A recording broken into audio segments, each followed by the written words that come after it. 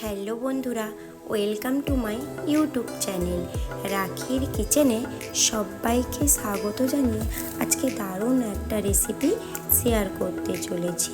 তো আজকের রেসিপি লেজ অ্যাভোকাডো সস। তো এই রেসিপিটার পুরো ভিডিওটা দেখার জন্য অনুরোধ রইল।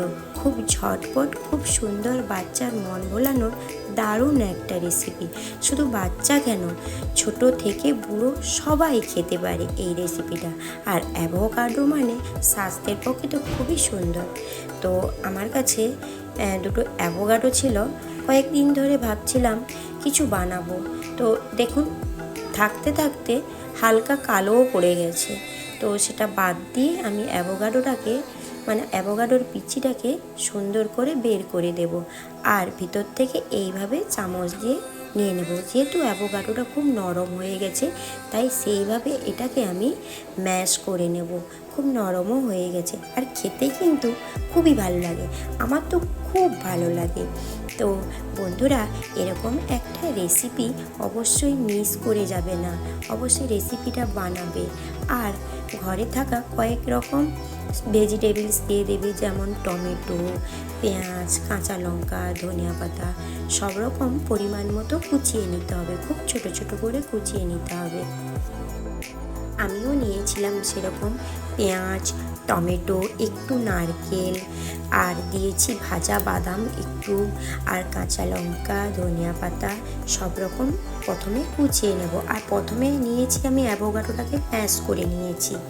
তো বন্ধুরা, আমার এই নতুন নতুন রেসিপি যদি ভালো লাগে, অবশ্যই আমার চ্যানেলটিকে সাবস্ক্রাইব করে দিও, আর অনেক অনেক শেয়ার করে দিও, আর ছোট্ট একটা কিন্তু লাইক করে দেবে।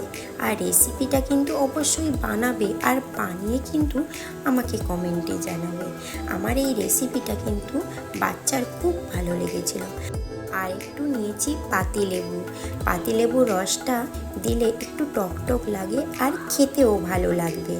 তো এভাবে কিন্তু আমি অ্যাভোকাডোটাকে ম্যাশ করে নিয়েছিলাম। তাতে সব রকম ভেজিটেবলস, নারকেল, বাদাম দিয়ে দেব। আর এটাকে কিন্তু একটু পাতিলেবু দিলাম, আর বেশি পাতিলেবু দেবে না, খেতে ভালো লাগবে না। প্রায় 1 চামচ মতো পাতিলেবুর রস দেবে।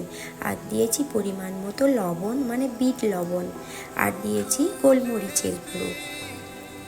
চাইলে কিন্তু এখানে চাট মশলা ব্যবহার করতে পারো, খুব সুন্দর লাগবে। এইভাবে কিন্তু বাচ্চাদের এত সুন্দর লেগেছিল, অসাধারণ ছিল। আর যদি মনে করো একটু সুগার অ্যাড করতে পারো, তো সুগারটা অ্যাভয়েড করে যাবে, খেতেও ভালো লাগবে, আর একটু অন্য ধরনের লাগবে। আর এই রেসিপি যদি নিত্য নতুন রেসিপি দেখতে চাও, প্লিজ বন্ধুরা আমার পাশে থাকা বেল আইকনটা প্রেস করতে ভুলে যাবে না। কেন বলুন তো, আমি যখনই নতুন নতুন রেসিপি আনবো, আপনাদের কাছে নোটিফিকেশান চলে যাবে। আমি এটাকে ডিশ এইভাবে সাজিয়ে নিয়েছিলাম। সাইড থেকে কি সুন্দরভাবে লেজগুলো সাজিয়েছি। তো দেখুন বন্ধুরা, এখানে উপর থেকে একটু টমেটো সস, মেয়োনিজ দিয়ে দারুণভাবে পরিবেশন করুন। আমার বাচ্চার খুব অসাধারণ লেগেছিল।